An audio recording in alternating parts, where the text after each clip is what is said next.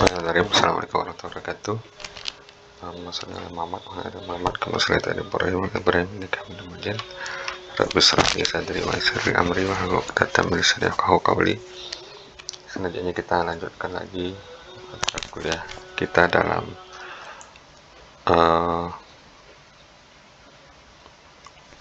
pembahasan selanjutnya berikutnya, itu project management. Jadi kita mulai masuk ke manajemen proyek.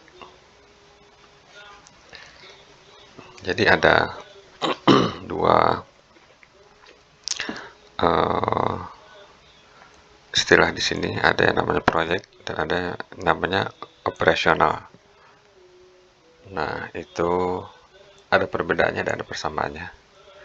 Jadi setiap perusahaan, setiap organisasi itu pasti melakukan salah satu dari ini, apakah itu operation ataukah itu proyek. Karakteristiknya, persamaannya adalah perform by people, ini dilaksanakan oleh manusia, constraint, dibatasi oleh sumber daya yang terbatas, dan dia harus direncanakan, harus dilaksanakan, dan harus dikontrol.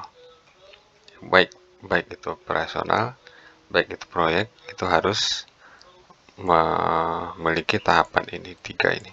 Pasti ada perencanaannya, pasti ada pelaksanaannya, dan pasti ada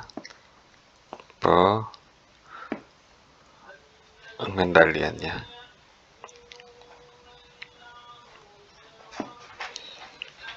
Apakah perbedaannya? Nah, perbedaan yang muncul itu adalah operasi merupakan suatu aktivitas atau pekerjaan yang berjalan terus-menerus dan ada pengulangan. Itu operasional.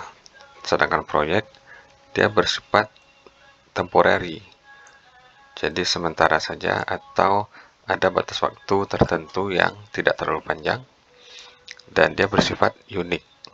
Jadi antara satu proyek dengan proyek yang kedua itu ada perbedaan-perbedaannya. Nah, kalau operasional itu dia namanya repetitif kan, pengulangan. Operasional pertama pada saat berjalan itu selesai, lalu lanjutkan di operasional kedua itu akan sama saja dengan operasional yang pertama. Sedangkan proyek itu akan berbeda, walaupun dia mirip, bisa dibilang. Jadi sebuah proyek adalah kegiatan temporary yang sementara untuk menciptakan suatu produk atau service yang unik. Temporary ini adalah definite beginning and the end, sudah tertentu ya, awalnya dan akhirnya itu sudah tertentu dan sudah diketahui dan bisa diketahui. Uniknya adalah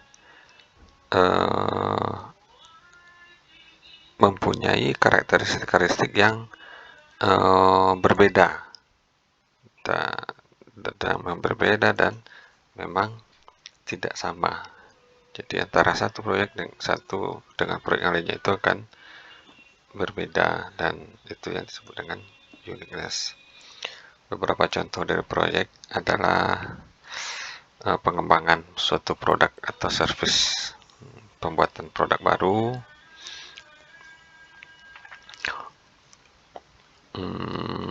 perubahan struktur atau staf pada satu organisasi.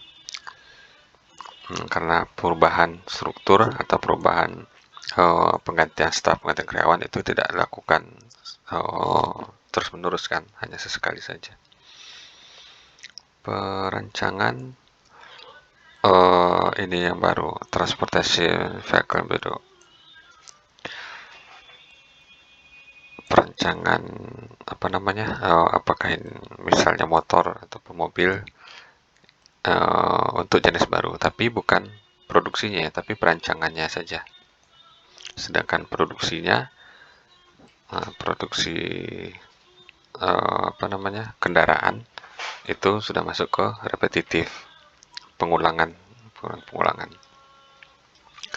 Konstruksi dari suatu bangunan atau fasilitas itu disebut proyek. Kampanye itu termasuk sebuah proyek. Lalu juga implementasi dari suatu prosedur bisnis atau implementasi dari proses yang baru, itu adalah proyek, karena semuanya bisa sudah direncanakan awal dan akhirnya. Dan untuk setiap proyek satu dengan proyek berikutnya itu pasti akan terdapat perbedaan dan keunikan tertentu. What is a project management? Apakah project management itu?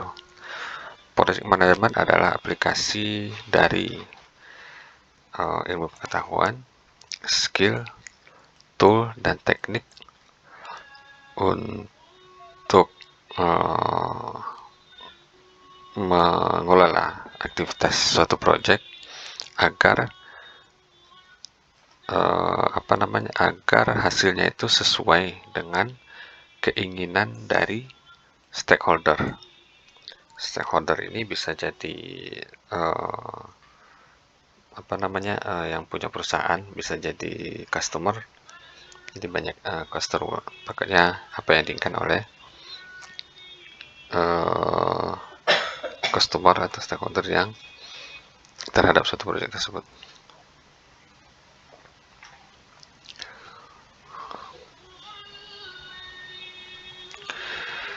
Untuk bisa memenuhi atau melebihi keinginan dari para stakeholder itu dibutuhkan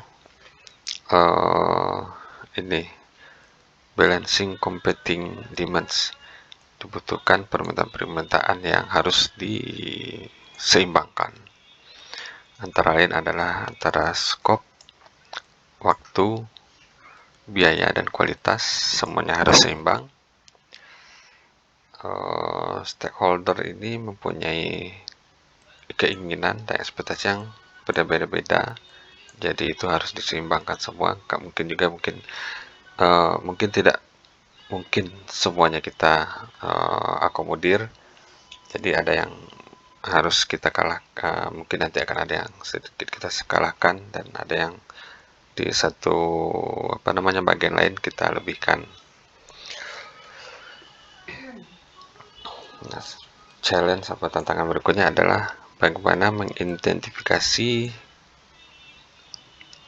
keinginan dan ekspektasi dari si customer yang susah diidentifikasi atau yang selalu berubah-ubah, atau yang mereka kadang lupa mengutarakannya kepada kita. Nah, jadi salah satu tantangannya adalah tiba-tiba pada saat awal proses negosiasi semuanya sudah oke, sudah clear, kita berikan harga, lalu tiba-tiba si klien ini ada keingatan, saya lupa, bisa ditambahin ini enggak? Nah, kalau signifikan berarti kan kita harus rubah lagi itu dan perhitungan biayanya. Dan bahkan ada juga yang udah sampai pada tahap prototype, nanti customer minta perubahan lagi. Nah, ini adalah salah satu tantangannya dalam mengelola sebuah proyek. Nah, intinya dari project management itu adalah ini: skop, penentuan kualitas, penentuan waktu, penentuan biaya. Skop dengan quality ini akan menghasilkan performa, cost dan skop akan menghasilkan viability, cost dan waktu ini akan menghasilkan effort, quality dan waktu yang baik akan memberikan competitiveness. Nah, di mana project ini sering terjadi kegagalan. Jadi successful project management means meet all the three goals and satisfies the project sponsor atau si pemberi proyek atau customer. Jadi antara scope, time, and cost. Scope ini adalah apa yang akan kita buat, apa hasil akhirnya, terus cost, biayanya, sama waktu pekerjaannya. Nah, jadi 3 hal ini harus berjalan dengan seimbang agar bisa tercapai targetnya ini. Jika salah satu ini tidak seimbang, maka kemungkinan besar proyek itu akan gagal. Contohnya dalam segi waktu, oke, skopnya sudah pas, dan cost-nya ternyata di luar perkiraan. Nah, karena mungkin dalam satu hal, untuk agar proyek bisa selesai cepat waktu, ternyata pekerja harus lembur. Contohnya, jadi itu kan memberikan biaya tambahan untuk biaya lembur, biaya makannya mereka lah, terus listrik karena harus bekerja sampai malam. Nah, itu cost-nya kan lebih tinggi. Nah, kalau cost ini sangat tinggi dibanding perkiraan awal atau RAB awal, nah itu tentu kita akan perusahaan akan mendapatkan kerugian, sehingga proyek itu bisa diasumsikan menjadi suatu proyek yang gagal. Begitu juga dengan waktu, cost-nya oke, masuk, skopnya jelas, tapi ternyata waktunya ini tidak molor. Nah, kalau waktu molor itu biasanya akan berhubungan dengan penalti. Itu kita kena penalti, ya proyek gagal juga. Atau skop, nah lebih baik lagi kan, cost-nya oke, time-nya kita bisa masuk, ternyata skopnya salah kita menentukan pas dari awalnya, sehingga kalau skop awal itu sudah salah, berarti ya dia tidak akan bisa kita tidak akan bisa menghasilkan suatu produk yang sesuai dengan apa yang dibutuhkan atau yang diminta oleh customer. Nah, bisa-bisa ini akan ditolak sama customer pada saat commissioningnya nanti. Jadi semuanya ini harus bisa kita kelola dengan baik agar target proyek bisa tercapai dan proyek bisa tidak hanya bisa berjalan dengan baik, tapi juga bisa menghasilkan keuntungan yang telah direncanakan.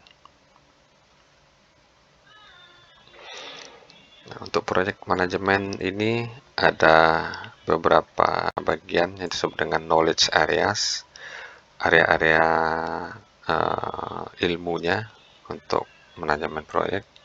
Yang pertama itu adalah scope, terus ada cost, biaya yang berhubungan dengan biaya, terus communication management. Nah, ini bagaimana kita bisa mengkomunikasikan atau berkomunikasi baik dengan atasan, dengan tim kita, dengan vendor kita atau subkontraktor dan lain-lain, agar tiga target tadi bisa berjalan dengan baik. Pengelolaan sumber dayanya, pengelolaan waktu, pengelolaan kualitas, pengelolaan risiko. Nah, risiko juga harus dikelola dalam proyek. Dan terakhir adalah procurement management. Nah, ini contohnya ada 9 knowledge area dari project management. Ini adalah stakeholder. Kita akan melakukan list terhadap apa yang mereka butuhkan, apa yang mereka inginkan. Nah, kita masukkan ke dalam suatu proyek yang harus dilaksanakan, dikelola dengan 9 knowledge area tersebut ini. Nah, 9 knowledge pengelolaan proyek dengan 9 knowledge area ini akan dibantu oleh beberapa tool dan teknik-teknik untuk mencapai kesuksesan suatu proyek ya.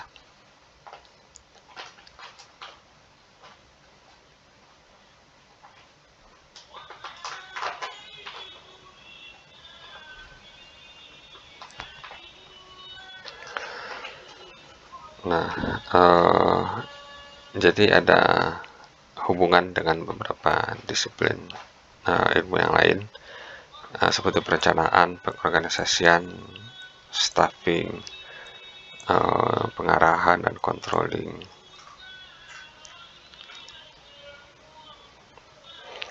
Ini contohnya apabila planning the work. Planning ini sudah termasuk kepada planning perencanaan pekerjaan, schedule, dan budget, organisasi, pengorganisasian, dan pengelolaan karyawan dalam sebuah tim untuk mengimplementasikan pekerjaan tersebut. Controlling adalah pengontrolan project melalui cara tracking dan monitoring dari progres. Apakah progresnya itu sudah sesuai dengan rencana yang kita buat atau belum. Itu harus selalu dikontrol.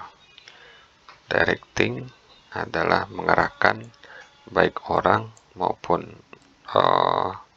sumber daya yang lainnya sehingga semua yang telah kita rencanakan itu bisa diterapkan dan berjalan dengan baik.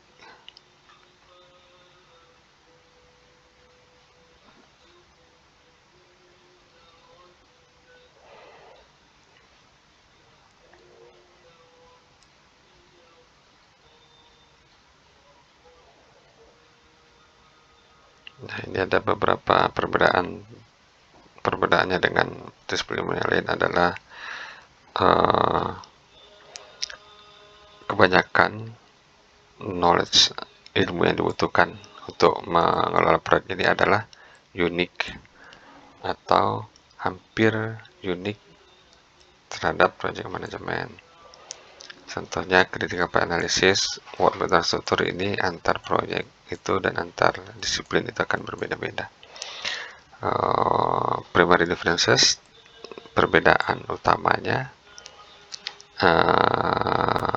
banyak ditemukan pada penggunaan tool dan teknik yang spesial. Oke, sekian dulu untuk materi pertama dari manajemen proyek. Nah, ini masih introduction. Setelah kita lanjutkan ke pertemuan berikutnya atau di video selanjutnya. Terima kasih atas perhatiannya. Assalamualaikum warahmatullahi wabarakatuh.